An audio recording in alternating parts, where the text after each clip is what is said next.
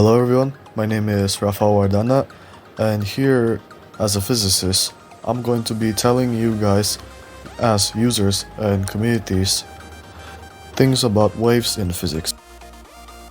Before this video begins, I would like to mention the outcomes that we're going to be having. So the outcomes that we're going to be having here is that we're able to implement the phenomena of waves and lights in physical and geometrical optics phenomenon to provide a future-forward innovation. As in, here's a big question that's gonna be quite the main focus of this video. Why might visual leadership cause and or affect transformation? To answer this, a visual leader can see the many opportunities to achieve different outcomes, leaving a change or impact that does positively or negatively.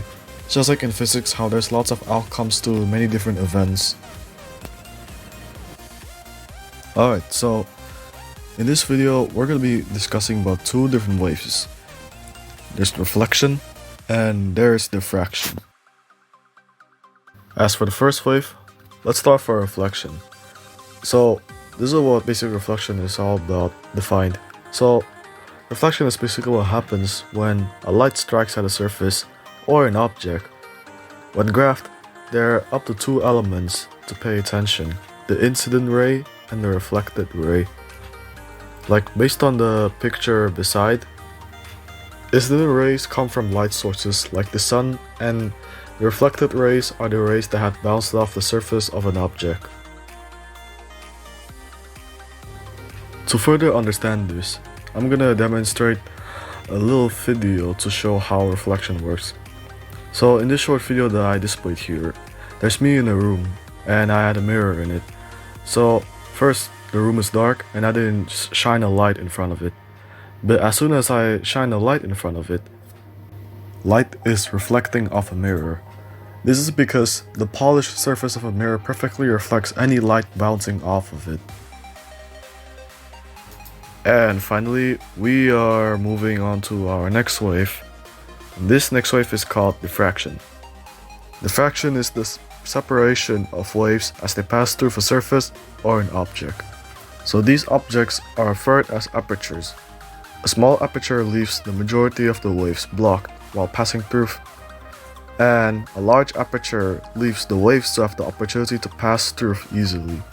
And additional note, to be honest really, it's up to you if you want to refer to them as apertures or objects, since they're actually quite the same, but aperture is a way former term in physics. And next to all of this information here is a small diagram or graph that represents diffraction and its two categories of apertures, the large and small. As you can see, they are spreading of waves here that passes through these, once again, apertures and objects. To do it once again, here's a small video of me demonstrating how diffraction works. As you can see, there's a short video of me there opening a door. The main idea here is that doors can make various sounds, from creaking to knockings. And these sounds can be heard from people who can't even see the source of those sounds directly.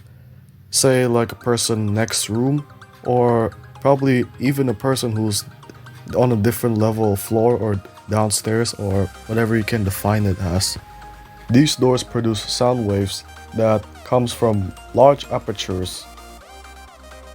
To sum it up, as a physicist in this video, waves can happen in our daily lives, and it can happen with many outcomes and possibilities, just like how diffraction is discussed before, and it's a real life example that's demonstrated with a door that creates something called as a sound bending, which diffract around the edges of the door.